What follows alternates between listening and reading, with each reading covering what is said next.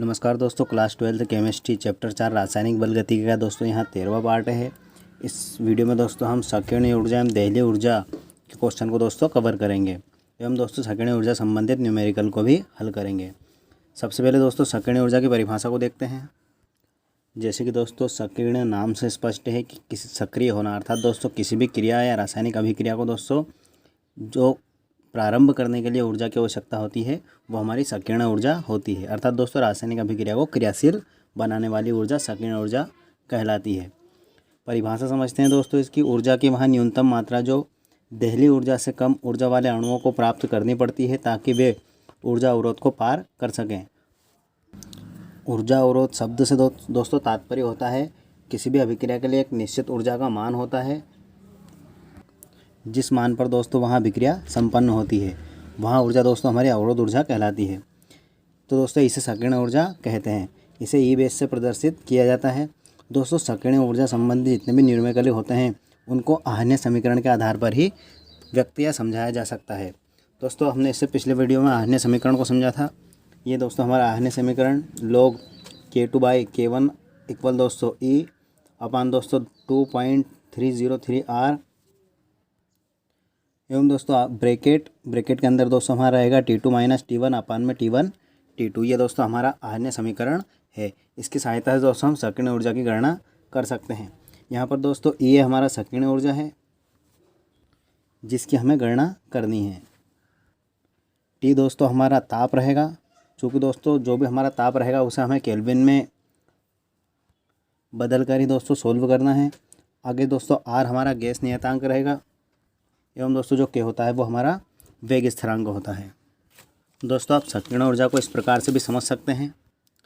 दोस्तों हमने एक पात्र इसमें जल लिया, सामान्य जल दोस्तों, जिसका उपयोग हम रेगुलर पीने में करते हैं। दोस्तों इस जल के अंदर कुछ मात्रा में दोस्तों ऊर्जा या फिर हम कह सकते हैं दोस्तों कुछ मात्रा में ताप अवश्य होता है। अर्थात दोस्तों 0 डिग्री पर यहाँ बर्फ़ के रूप में जम जाता है।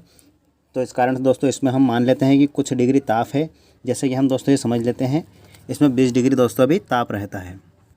अर्थात दोस्तों सामान्य जल के अणुओं की ऊर्जा या फिर दोस्तों सक्रियता हमारी हो गई दोस्तों 20। अब दोस्तों इसे यदि हम गर्म करते हैं या फिर दोस्तों उबालते हैं तो लगभग दोस्तों 100 डिग्री पर यहाँ दोस्तों उबलना प्रारंभ हो जाता है। 100 डिग्री पर दोस्तों यहाँ उबलना प्रारंभ हो जाता है। तो ध्यान दीजिए दोस्तों हमें कितनी ऊर्जा की आवश्यकता हुई। चूँकि दोस्तों पहले से हमारे पास 20 डिग्री तो जल के पास ऊर्जा थी, हमें केवल दोस्तों 80 डिग्री या फिर दोस्तों कहें तो 80 डिग्री सेल्सियस ऊर्जा की दोस्तों आवश्यकता हुई। अर्थात दोस्तों यहाँ क्रिया संपन्न करवाने के लिए हमें 80 डिग्री टेम्परेचर की आवश्यकता होती है। यही दोस्तों हमारी होती है संकीर्ण ऊर्जा। अर्थात दोस्तों किसी भी रासायनिक अभिक्रिया को पूर्ण करवाने के लिए जितनी ऊर्जा की आवश्यकता होती है वो हमारी संकीर्ण ऊर्जा होती है। यहाँ पर दोस्तों जो हमारा पदार्थ था यह पहले से 20 डिग्री सेल्सियस पर था। चूँकि दोस्तों इसकी रासायनिक क्रिया अर्थात दोस्तों इसे उबालने के लिए हमें 100 डिग्री ताप की आवश्यकता होती है। तो दोस्तों हमने इसे अलग से या बाहरी तौर पर 80 डिग्री ताप दिया है। जो बाहरी ताप दोस्तों हमारे द्वारा दिया जाता है अभिक्रिया को पूर्ण करवाने के लिए वो हमारी संकीर्ण ऊर्जा होती है। एवं दोस्तों अब कुल ऊर्जा, यहाँ पर दोस्तों दूसरे शब्द की ओर चलते हैं, दहलीय ऊर्जा। चूँकि दोस्तों परिभाषा में आया था दहलीय ऊर्जा, तो दोस्तों यहाँ जो कुल ताप रहता है 20 + 80 बराबर दोस्तों 100 डिग्री। 20 + 80 बराबर दोस्तों जो 100 डिग्री होता है यह हमारा दोस्तों दहलीय ऊर्जा होता है। अर्थात दोस्तों जब रासायनिक अभिक्रिया पूर्ण हो जाती है उस समय दोस्तों जो हमारा ताप होता है वो हमारा दहलीय ऊर्जा कहलाता है। दोस्तों इसके ग्राफीय रूप को देखते हैं। तो ये देखिए दोस्तों ग्राफ में ये इतने हिस्से में दोस्तों हमने मान लीजिए किसी अभिकारक अर्थात दोस्तों जल को भरा हुआ है। इसके अंदर अपना दोस्तों कुछ लगभग 20 डिग्री ताप हमने माना है। दोस्तों जब इसे बॉइलिंग करने के लिए हमें लगभग 80 डिग्री की आवश्यकता होती है तापमान की, तो दोस्तों जब हम इसे 80 डिग्री ताप बाहर से दे देते हैं तो दोस्तों ये एक निश्चित मान तक चला जाता है जहाँ पर यह क्रिया संपन्न हो जाती है। अर्थात दोस्तों जल उबलने लगता है। तो देखिए दोस्तों यहाँ से लेकर अभिकारक एवं संकीर्ण ऊर्जा दोस्तों दोनों का योग होता है हमारा दहलीज ऊर्जा। एवं दोस्तों जो ये स्थिति आपको दिखाई दे रही है ये हमारी है संकीर्ण ऊर्जा। ये लगभग दोस्तों रहेगी 80। यहाँ पर दोस्तों हमने जल की ऊर्जा को लगभग माना है 20। अंदर वाले हिस्से में दोस्तों हमारे अभिकारक की ऊर्जा हुई है। इसी के आधार पर दोस्तों हम सक्रिय ऊर्जा E को मान को ज्ञात कर सकते हैं।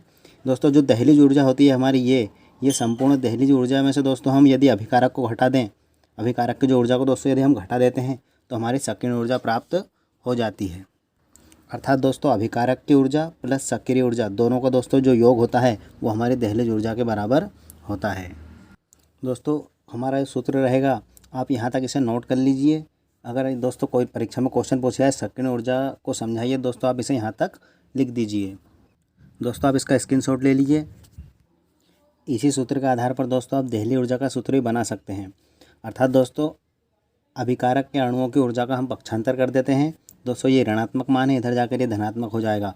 अर्थात दोस्तों सक्रिय ऊर्जा प्लस अभिकारकों की ऊर्जा बराबर होती है हमारी दहलीज ऊर्जा। आगे दोस्तों इसका सूत्र हम देखेंगे। अब दोस्तों दहलीज ऊर्जा को समझते हैं। ऊर्जा की वह न्यूनतम मात्रा जो अभिकारी अणुओं के पास आवश्यक रूप से होनी चाहिए जिससे उनकी टक्करें प्रभावी हो सके, अर्थात टक्करों के फलस्वरूप रासायनिक परिवर्तन हो सके, उसे दोस्तों दहलीज ऊर्जा कहते हैं। दोस्तों आपको दहलीज ऊर्जा समझ में आ गया होगा। इसका दोस्तों ग्राफ देखते हैं। तो देखिए दोस्तों ये हमारा दोस्तों अभिकारक की ये प्रारंभिक स्थिति है। दोस्तों इसे हमने सक्रिय ऊर्जा E जब इसे प्रदान कर देते हैं तो यहाँ दोस्तों रासायनिक क्रिया प्रारंभ हो जाती है एवं एक निश्चित मान दहलीज ऊर्जा तक पहुँच जाती है। इसके बाद दोस्तों यहाँ उत्पाद के रूप में बनना प्रारंभ हो जाती है। यहाँ पर दोस्तों हम समझ लेते हैं अभिकारक जल को। जल हमारा लगभग हम मान लेते हैं कि 20 डिग्री टेम्परेचर पे है। दोस्तों इसे बाहर से टेम्परेचर और दिया जाता है तो यहाँ ये जो हमारी सक्रिय ऊर्जा ये लगभग 80 रहेगी। तो दोस्तों इन दोनों का कुल योग हमारी हो जाएगी दहलीज ऊर्जा के बराबर। ऊर्जा अवरोध शब्द का अर्थ दोस्तों किसी भी अभिक्रिया को होने के लिए एक निश्चित मान अर्थात दोस्तों एक निश्चित ऊर्जा के मान की आवश्यकता होती है। ये उसे दोस्तों हम ऊर्जा अवरोध कहते हैं। उससे यदि दोस्तों कम मान रहेगा ऊर्जा का तो अभिक्रिया संपन्न नहीं हो पाती। सूत्र की तरफ बढ़ते हैं दोस्तों दहलीज ऊर्जा का। तो दहलीज ऊर्जा पर दोस्तों सक्रिय ऊर्जा प्लस अभिकारकों के अणुओं की ऊर्जा को दहलीज ऊर्जा कहते हैं। आगे दोस्तों न्यूमेरिकल की तरफ बढ़ते हैं। आप दोस्तों पहले ये आहन्य समीकरण को नोट कर लीजिए। इसी के आधार पर दोस्तों हमारे न्यूमेरिकल होंगे। दोस्तों सक्रिय ऊर्जा के आंकिक प्रश्न। सबसे पहले दोस्तों आपको याद रखना है जो भी सक्रिय ऊर्जा होती है इसके दोस्तों जो भी न्यूमेरिकल होते हैं आहन्य समीकरण के द्वारा ही सॉल्व किया जाता है। पहला न्यूमेरिकल दोस्तों हमारा है किसी अभिक्रिया का 600 के अर्थात दोस्तों 600 केल्विन ताप पर, चूँकि दोस्तों यहाँ पर हमें केल्विन में ताप दिया है, यदि दोस्तों यहाँ पर हमें केल्विन में ताप नहीं दिया होता, इसके स्थान पर हमें फ़ारेनहाइट या फिर दोस्तों सेल्सियस में ताप दिया होता, तो सबसे पहले हमें केल्विन में से बदलना होता है। चूँकि दोस्तों सक्रिय ऊर्जा के जो भी न्यूमेरिकल होते हैं इनमें दोस्तों जो हमारा ताप होता है वो केल्विन में ही होना चाहिए। ताप पर दर स्थिरांक दोस्तों हमें दिया है 1.6 दोस्तों इंटू 10 की घात 5 सेकंड इन्वर्स। और दोस्तों 700 केल्विन ताप पर उसका तापमान 6.36 इंटू 10 की घात -3 सेकंड इन्वर्स हो तो इस अभिक्रिया की सक्रिय ऊर्जा की गणना करो या सक्रिय ऊर्जा ज्ञात करो। यहाँ पर दोस्तों हमें log 397.5 का मान दिया हुआ है। इसका मान होता है दोस्तों 2.60। इसे सोल्व करते हैं दोस्तों। सबसे पहले क्योंकि दोस्तों हमें लिखना है आहन्य समीकरण के अनुसार। ये दोस्तों आपको आहन्य समीकरण समझना है तो इससे पिछले वाले वीडियो में को देखकर दोस्तों आप समझ सकते हैं, वो आपको आसानी से प्लेलिस्ट में मिल जाएगा दोस्तों। T1 T2 यह स्थितियाँ दोस्तों हमने आहन्य समीकरण में समझा दी है। ये हमारा दोस्तों आहन्य समीकरण है। यहाँ पर दोस्तों हम इस लास्ट में इसके आंसर के लिए दोनों का दोस्तों एलसीएम निकाल कर इसे सोल्व कर दिया था, तो दोस्तों हमारी ये वाली स्थिति बन गई थी। ये देखिए दोस्तों ये हमारा फाइनल आंसर हो जाता है। इससे पहले वाली स्थिति को दोस्तों हमें लिखना है क्योंकि हमें ताप अलग अलग दिया हुआ है। यहाँ पर दोस्तों अब हमें K1 K2 को समझना है। तो दोस्तों जो हमारी अभिक्रिया हो रही है यह जो उसका प्रारंभिक ताप है अर्थात दोस्तों K1 600 डिग्री ताप पर इसका दर स्थिरांक है 1.6 इंटू 10 की घात दोस्तों 5। यह हमारा K1 है दोस्तों। आगे दोस्तों 700 केल्विन पर ताप हमारा है 6.36 इंटू दोस्तों 10 की घात -3। ये हमारा बन जाएगा K2 दोस्तों।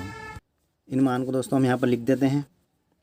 log K2 के स्थान पर रहेगा दोस्तों हमारा 6.36 इंटू 10 की घात -3 अपान में दोस्तों रहेगा K1 अर्थात 1.6 इंटू 10 की घात -5। आगे दोस्तों E अर्थात दोस्तों संकीर्ण ऊर्जा हमें निकालना है 2.303 इंटू दोस्तों R हमारा दोस्तों गैस स्थिरांक है, इसका मान होता है 8.314। आपको दोस्तों याद रखना गैस स्थिरांक का मान होता है 8.314। आगे दोस्तों 1/T1 T1 से तात्पर्य दोस्तों प्रारंभिक ताप। जो हमारा प्रारंभिक ताप है दोस्तों वो 600 केल्विन है, तो इसके स्थान पर हम लिख देंगे 600 माइनस T2 अर्थात दोस्तों 700 केल्विन। आगे दोस्तों इस स्थिति को हम सोल्व करते हैं। चूँकि दोस्तों अगर आधार समान है तो भाग देने पर दोस्तों घातें आपस में घट जाती हैं दोस्तों। तो यहाँ पर मैंने इस स्थिति को दोस्तों बता रहा हूँ 10 की घात -3 को दोस्तों हमें 10 की घात -5 से डिवाइड करना है। तो ध्यान दीजिए दोस्तों यदि आधार समान है तो घातें आपस में दोस्तों घट जाती हैं। मैं यहाँ पर इसे लिख देता हूँ 10 की घात -3 माइनस 10 की घात 5। ये देखिए दोस्तों मैंने इसे इस स्थिति में लिख दिया घटाव वाली स्थिति में। अब ये माइनस इस माइनस को दोस्तों बना देगा प्लस, तो हमारा आंसर हो जाएगा 10 की घात -3 प्लस 5। आगे दोस्तों चूँकि दोस्तों -3 है प्लस 5 है, बड़ी संख्या प्लस की है, हमारा आंसर प्लस का रहेगा। 3 इसमें से दोस्तों घटेगा तो हमारा आंसर हो जाएगा 10 की घात 2। तो देखिए दोस्तों ये स्थिति हमारी सोल्व हो जाती है। लोग यहाँ पर दोस्तों ध्यान देना है 6.36 को दोस्तों हमें 1.6 से डिवाइड करना है। इसे दोस्तों डिवाइड करने पर हमारा आंसर आता है दोस्तों 3.975 दोस्तों 975 इंटू दोस्तों 10 की घात 2। इस स्थिति को हमने सोल्व किया 10 की घात 2 आया था। इक्वल में दोस्तों हमारा है ये आपस में दोस्तों इन दोनों का इंटू करने पर दोस्तों हमें मान प्राप्त होता है 19.14। ये दोस्तों हमारा भिन्न का घटाव, इसे दोस्तों आप आसानी से सोल्व कर सकते हो। यहाँ पर मैं लिख देता हूँ सक्षंग 42। आगे दोस्तों बन जाएगी 4 0, ऊपर इंटू कर देते हैं 700, इधर दोस्तों बन जाएगा 600, ऊपर हो जाएगा हमारा 100 दोस्तों। आगे दोस्तों इसे सोल्व करते हैं। लोग दोस्तों 3.975 इंटू 10 की घात 2। इसे दोस्तों आपस में गुणा करने पर चूँकि दोस्तों 2 शून्य है तो हमारा 2 अंक इधर खिसक जाता है, तो यहाँ पर दोस्तों बन जाएगा 397.5 बराबर दोस्तों ये। आगे दोस्तों आप 2 शून्य से दोस्तों 2 शून्य हम इस तरह कैंसिल कर देते हैं। आगे दोस्तों हमारा बन जाता है 1 का इंटू ये के साथ में चूँकि दोस्तों ब्रैकेट लगा हुआ है, इसे हटाने पर हमारा इंटू बनता है, तो दोस्तों हमारा ये ऐसा ही रहेगा। नीचे दोस्तों हमारा बन जाएगा 19.14 इंटू 4200। ये दोस्तों यहाँ इंटू के रूप में हो जाएगा। आगे दोस्तों लोग चूँकि दोस्तों लोग 397.5 का मान हमें दिया हुआ है, अब डायरेक्ट हम दोस्तों इसका मान लिख देंगे 2.60। तो यहाँ पर दोस्तों अब हम लिख देंगे इसके स्थान पर 2.60 इक्वल में दोस्तों हमारा रहेगा ये। इन दोनों का दोस्तों आपस में इंटू करने पर हमारा आंसर आएगा 80,420 दोस्तों। सॉरी दोस्तों 80,430 हमारा आंसर रहेगा इन दोनों का आपस में इंटू करने पर। आगे दोस्तों अब हमें ये का मान निकालना है दोस्तों। ये का हम पक्षांतर कर देंगे, ये दोस्तों हमारा इंटू के रूप में चला जाएगा। यहाँ पर दोस्तों मैं लिख देता हूँ इसे इंटू के रूप में। दोनों का दोस्तों आपस में इंटू करेंगे, इनका इंटू करने पर लगभग आंसर दोस्तों हमारा रहेगा 2,09,000 के आसपास। तो हम इसे इस रूप में लिख देते हैं इंटू 10 की घात 3 दोस्तों। इसे हल करने पर हमारा आंसर आ जाएगा लगभग 2,09,000। ये दोस्तों हमारा है संकीर्ण ऊर्जा। चूँकि दोस्तों ऊर्जा दी हुई है तो आप इसके आगे लिख दीजिए जूल मोल इनवर्स दोस्तों, जूल मोल इनवर्स। ये इस तरह से दोस्तों संकीर्ण ऊर्जा की गणना की जाती है। वीडियो दोस्तों आपको पसंद आया तो शेयर लाइक सब्सक्राइब कर लिए ताकि इसी तरह की नोटिफिकेशन आपको मिलती रहे दोस्तों। आप हमारे साथ में सरलता से नोट्स बनाते जाइए दोस्तों। धन्यवाद दोस्तों।